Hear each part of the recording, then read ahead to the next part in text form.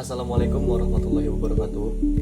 Perkenalkan, nama saya Muhammad Sidki Setiawan dari Program Studi Hubungan Masyarakat Angkatan 2018 Kelas A. Saya merupakan salah satu anggota dari kelompok 3 yang pada kesempatan kali ini akan mempresentasikan rencana kampanye Public Relation yang mengangkat tema Putus Rantai COVID-19 dengan tagline Mask is a Must. Di kelompok 3 ini sendiri ada 10 anggota.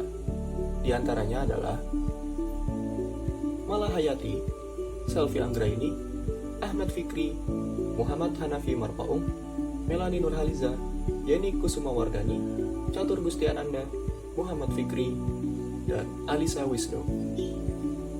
Dan kita akan memulai presentasi pada hari ini pada bagian latar belakang yang akan dipresentasikan oleh Muhammad Fikri.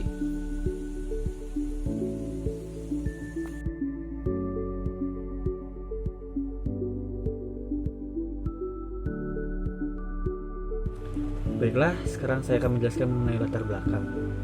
Jadi, memasuki tahun 2020, pandemi COVID-19 mulai merebak. Memasuki masa new normal seperti sekarang, diprediksi akan terus berlanjut sampai tahun 2021. Sehingga, untuk tetap menjalankan roda perekonomian, pemerintah menetapkan protokol-protokol khusus demi mencegah persebaran COVID-19. Salah satu kampanye yang dilakukan pemerintah adalah dengan melakukan gerakan 3M, berupa menjaga jarak, memakai masker, dan mencuci tangan menggunakan sabun secara rutin. Nah, kemudian yang kedua, ada untuk menyukseskan kampanye ini, kami hendak mendorong masyarakat untuk tetap menerapkan 3M ini. Kami memulai dengan menggunakan kampanye 3M di lingkungan sekitar, yaitu Gen Z dan milenial sebagai kalangan terdekat kami dalam beraktivitas. Tingginya mobilitas generasi ini serta berkembangnya budaya nongkrong semakin mendorong Gen Z dan milenial berkumpul dan menciptakan kerumunan. Nah, kemudian yang ketiga, hal ini yang sangat dihindari dalam mengantisipasi penyebaran COVID-19. Sehingga kami bertekad untuk mengkampanyekan program ini kepada kalangan milenial dan Gen Z untuk semakin taat terhadap protokol kesehatan yang diterapkan pemerintah, khususnya mengenai penggunaan masker. 19 ini banyak lini kegiatan masyarakat yang mengalami tekanan. Namun, ada yang terus berkembang dan semakin kuat, yaitu kegiatan berbasis digital. Semua lini kegiatan yang membutuhkan masyarakat untuk berkumpul dan berkerumun dialihkan secara besar-besaran ke platform digital. Sehingga pemain lama di platform ini seperti media sosial mengalami peningkatan engagement yang signifikan. Salah satunya adalah TikTok. TikTok semakin ramai digunakan oleh masyarakat Indonesia, bahkan dunia, dari kegiatan yang bertujuan untuk bersenang-senang sampai promosi produk-produk tertentu, seperti yang dilakukan beberapa perusahaan seperti Indofood, Telkomsel, dan lain sebagainya. Hal ini dilakukan untuk mencapai engagement yang setinggi-tingginya dengan effort yang serendah-rendahnya. Oleh karena itu, kami memilih TikTok sebagai platform media kampanye kami. Analisis keadaan lingkungan. Berdasarkan data dari Satgas Penanganan COVID-19 BNPB Indonesia, tertanggal 12 November 2020, terdata pasien positif sebanyak 452.291 orang, dengan jumlah korban meninggal sebanyak 14.933 orang, dan pasien yang berhasil sembuh sebanyak 382.084 orang. Berbagai upaya untuk menghadapi pandemi COVID-19 pun dilakukan, seperti karantina rumah, isolasi mandiri, karantina fasilitas khusus, karantina rumah sakit, karantina wilayah, sampai sosialisasi pentingnya menggunakan masker. Berikutnya ada analisis SWOT dari rencana program kampanye yang kami miliki. Kita mulai dari strengths atau kekuatan. Yang pertama, saat ini semua kalangan masyarakat sudah mengenal media sosial, khususnya generasi milenial dan generasi Z. Yang kedua, saat ini TikTok memiliki lebih dari 91 juta pengguna. Yang ketiga, saat ini TikTok sangat mudah untuk diakses. Mari kita beranjak ke weakness atau kelemahan. Yang pertama, jika video dianggap kurang menarik, bisa saja tidak ada yang ikut membuat video serupa dengan video kampanye yang kami buat.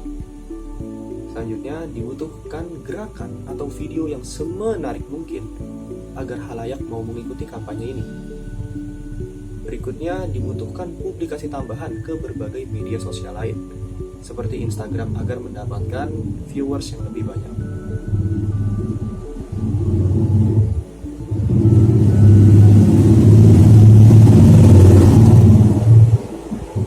Dan selanjutnya ke opportunity atau peluang.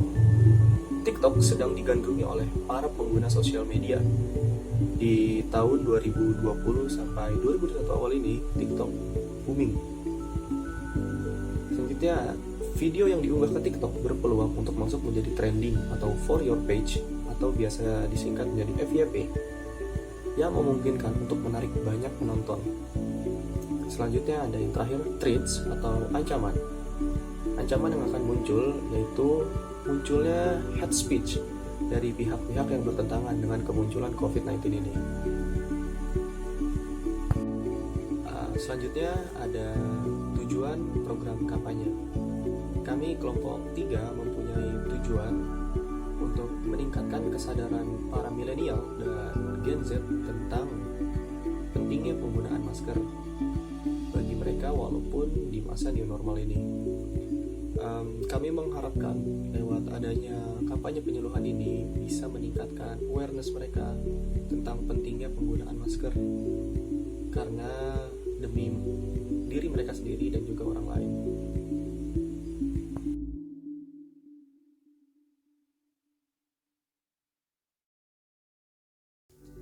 Selanjutnya, pesan kampanye. A. Merumuskan pesan kampanye. Bentuk kampanye yang telah kami rancang berupa himbauan untuk menggunakan masker. Inti dari pesan kampanye ini diambil dari terjadinya pandemi COVID-19 yang penyebaran virusnya melalui droplet yang masuk melalui mata, hidung, dan juga mulut. Meskipun sudah memasuki era new normal, namun masih terdapat pertambahan jumlah pasien COVID-19, walaupun jumlahnya mulai menurun. Penggunaan masker ketika berada di ruang publik dan ketika berinteraksi dengan orang lain merupakan salah satu langkah untuk memutus rantai penyebaran COVID-19. Inti pesan kampanye yang pertama, penggunaan masker dapat memutus rantai penyebaran COVID-19.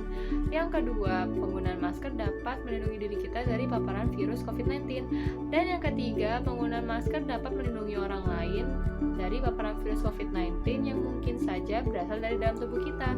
Secara garis besar, inti pesan kampanye ini yaitu bertujuan untuk melindungi diri sendiri dan orang lain dari paparan virus COVID-19.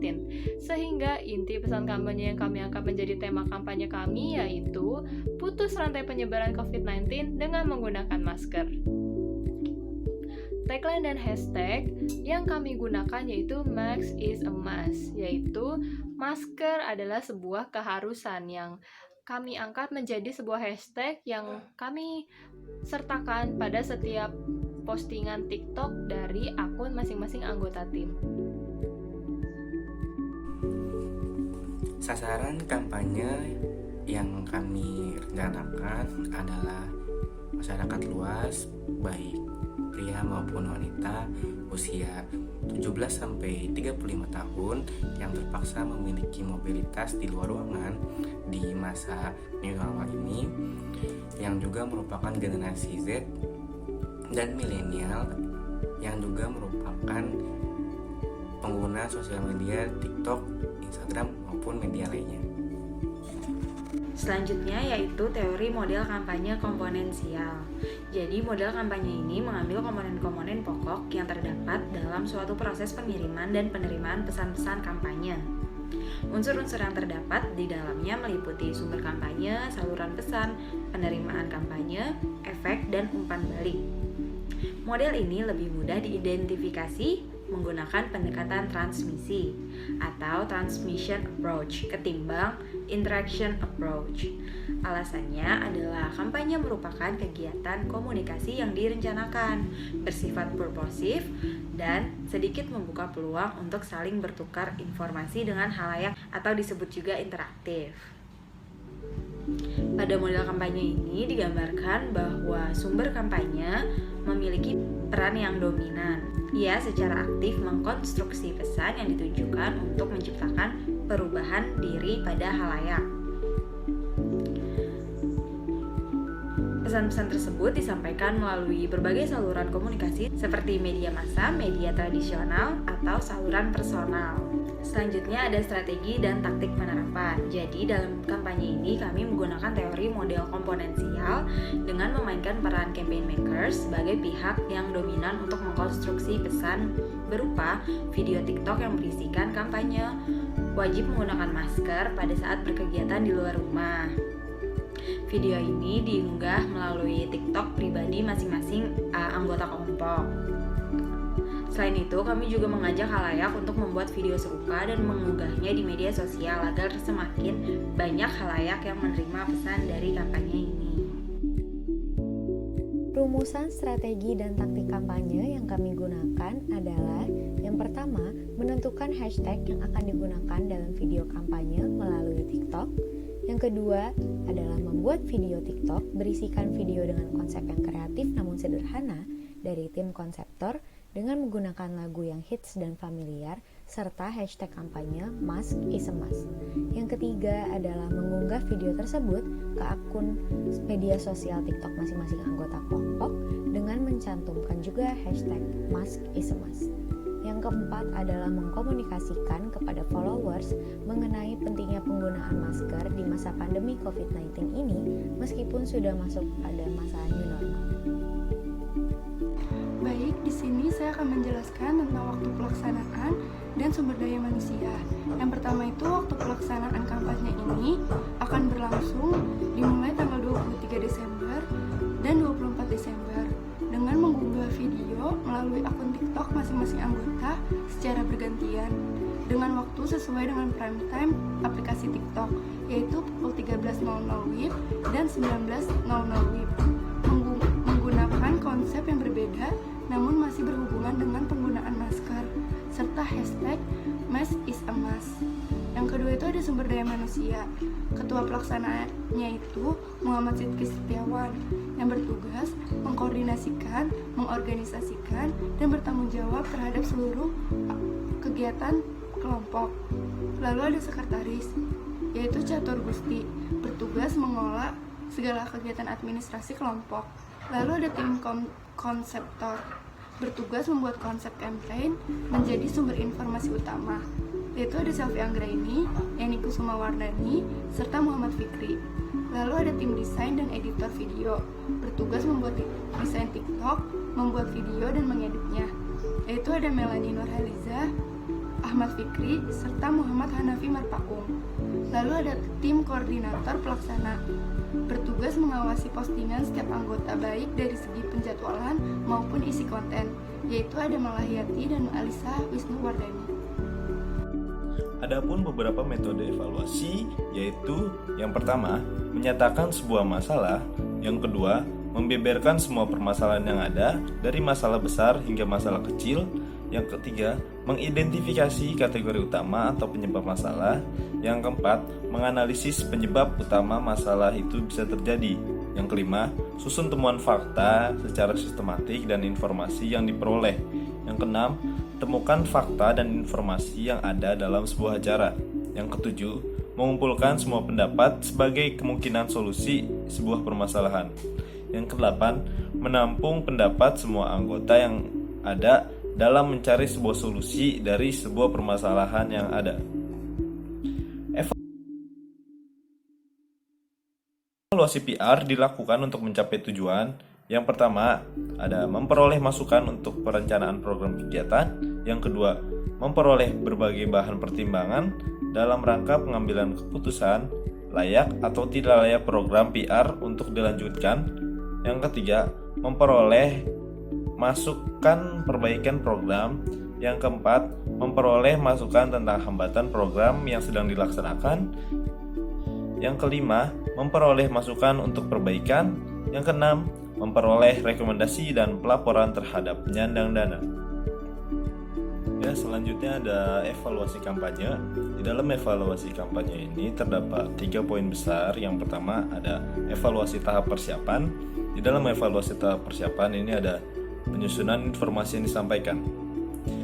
Dalam kampanye kita, penyusunan informasi yang disampaikan menerapkan sistem yang fleksibel, tidak kaku dan entertaining, namun poin yang disampaikan jelas dan tersampaikan kepada halayak luas. Yang kedua, tahap evaluasi pelaksanaan. Di dalam tahap evaluasi pelaksanaan ini ada evaluasi tim dan evaluasi pesan kampanye. Yang pertama, evaluasi tim dulu. Di dalam evaluasi tim terdapat beberapa poin. Yang pertama, karena menjalankan kampanye ini dengan online, maka menjadi sulit berkoordinasi antara satu dengan yang lainnya. Yang kedua, memposting video kampanye tidak di waktu prime time. Yang ketiga, akun masing-masing anggota tidak memiliki followers yang banyak, jadi pesan tidak terlalu tersampaikan pada halayak luas. Yang kedua, ada evaluasi pesan kampanye. Di dalam evaluasi pesan kampanye ini ada beberapa poin. Yang satu, pesan kurang tersampaikan karena hanya menggunakan media sosial TikTok. Terlebih lagi, video yang berisi kampanye tidak masuk FYP atau For Your Page, atau bisa dibilang berandanya TikTok. Jadi viewersnya tidak banyak-banyak banget. Yang kedua, ada isi pesan yang disampaikan terlalu banyak dalam video yang bisa dibilang sangat singkat. Yang ketiga, tidak mempunyai gerakan atau dance khusus untuk videonya. Dalam kampanye ini, mempunyai dance atau gerakan khusus tentu menjadi nilai plus tersendiri sebagai orang-orang bakal melihat kampanye ini dan akan mengingat kampanye ini jika ditambahkan dengan gerakan atau dance khusus. Yang ketiga, ada evaluasi tahap efek. Evaluasi tahap efek ini